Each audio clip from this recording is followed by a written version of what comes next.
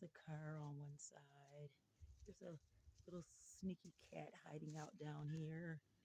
And then when you go to the front, he's running away. This is the dog. He's running away and he's going after that bowl. Then I got stuff on the other side. So these are the ones I started for just for fun. Gonna use some of these bright neons to pop in there for hiders. And again, these will be the ones that I'm gonna pour later on today.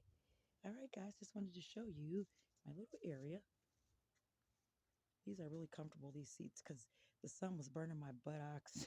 So I put these little rugs out here. And that's just the end of it. So, okay, thanks for coming with me on my paint journey. And just to give you an idea of what else I'm doing here, I got rocks everywhere, guys. Look, part of my decoration. But wait till I show you my office. My office has a lot of rocks. So here's my office where I do my magic. And here are my supplies.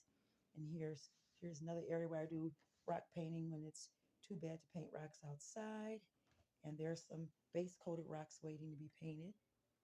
And then I have this little area. And then I got this shelf of ones that I just finished. A lot of these. Some are keepers, like the ones on this top shelf I'm keeping.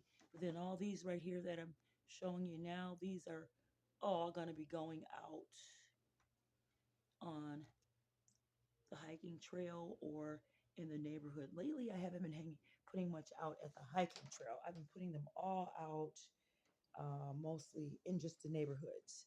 I've been going like in subdivision areas and just putting them in the interest area and everything.